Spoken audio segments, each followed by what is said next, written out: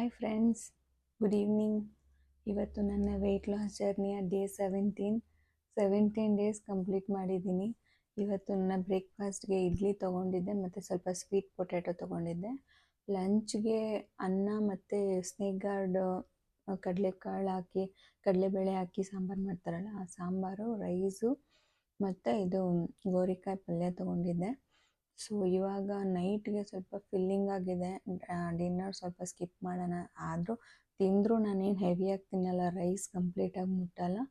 So just ಆ soup ಥರ ಮಾಡ್ಕೊತೀನಿ ಅಷ್ಟೇ. ಅದನ್ನು ಸ್ಕಿಪ್ ಮಾಡೋಣ, ಏನಾದರೂ ಒಂದು ಫ್ರೂಟ್ ತೊಗೊಂಡು ಸುಮ್ಮನಾಗೋಣ ಅಂತ ಯೋಚನೆ ಮಾಡ್ತಾಯಿದ್ದೀನಿ.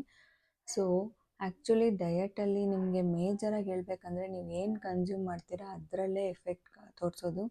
80% ನಿಮ್ಮ ಫುಡ್ಡಲ್ಲೇ ನಿಮಗೆ ಡಿಫ್ರೆನ್ಸ್ ಕಾಣಿಸೋದು. ನೀವು ಆಲ್ಮೋಸ್ಟ್ ಶುಗರ್ ಅವಾಯ್ಡ್ ಮಾಡಬೇಕು, ಸ್ವೀಟ್ಸ್ ಅವಾಯ್ಡ್ ಮಾಡಿದ್ರೆ ಸಾಕು, ನಿಮಗೆ ಮೇಜರ್ ಡಿಫ್ರೆನ್ಸ್ ಕಾಣಿಸುತ್ತೆ. ನನಗೆ ಒಂಥರ ತುಂಬ ಲೈಟಾಗಿ ಫೀಲ್ ಆಗ್ತಾಯಿದೆ. ಬೆಳಗ್ಗೆ ಟೈಮ್ ನಿದ್ದೆ ಬರಲ್ಲ, ಎದ್ಬಿಡ್ತೀನಿ. ಅಂದರೆ ಬೇಗ ಅರ್ಲಿ ಡಿನ್ನರ್ ಮಾಡಿರ್ತೀನಲ್ವ, ತುಂಬ ಹೊತ್ತು ಮಲ್ಗೋಕ್ಕಾಗಲ್ಲ, ಎಚ್ಚರ ಆಗಿಬಿಡುತ್ತೆ. ಸೊ ಅದರಿಂದ ವಾಕ್ ಹೋಗ್ಬೋದು, ಅದೆಲ್ಲ ಬೆನಿಫಿಟ್ಸ್ ಇದೆ. ಸೊ ಆದಷ್ಟು ನೀವು ಫುಡ್ಡಲ್ಲಿ ಕಾನ್ಸಂಟ್ರೇಟ್ ಮಾಡಿ. ಫುಡ್ಡಲ್ಲಿ ಪ್ರೋಟೀನು, ಫೈಬರು, ಕಾರ್ಬ್ಸು ಎಲ್ಲ ಇರೋ ಥರ, ಮತ್ತು ಪ್ರೋಬಯೋಟಿಕ್ಸು ಅವೆಲ್ಲ ಮ್ಯಾಕ್ರೋ ನ್ಯೂಟ್ರಿಯೆಂಟ್ಸ್ ಎಲ್ಲ ನೋಡಿಕೊಂಡು ನಿಮ್ಮ ಫುಡ್ನ ಪ್ಲ್ಯಾನ್ ಮಾಡ್ಕೊಳ್ಳಿ. ಸೊ ದಟ್ ನಿಮಗೆ ವೆಯ್ಟ್ ಲಾಸ್ ಈಸಿ ಆಗುತ್ತೆ.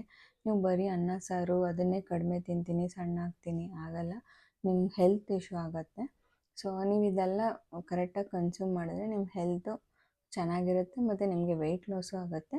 ಮೇಜರಾಗಿ ನೀವು ಕ್ಯಾಲೋರಿ ಡೆಫಿಸಿಟಲ್ಲಿದ್ದರೆ ವೆಯ್ಟ್ ಲಾಸ್ ಆಗುತ್ತೆ.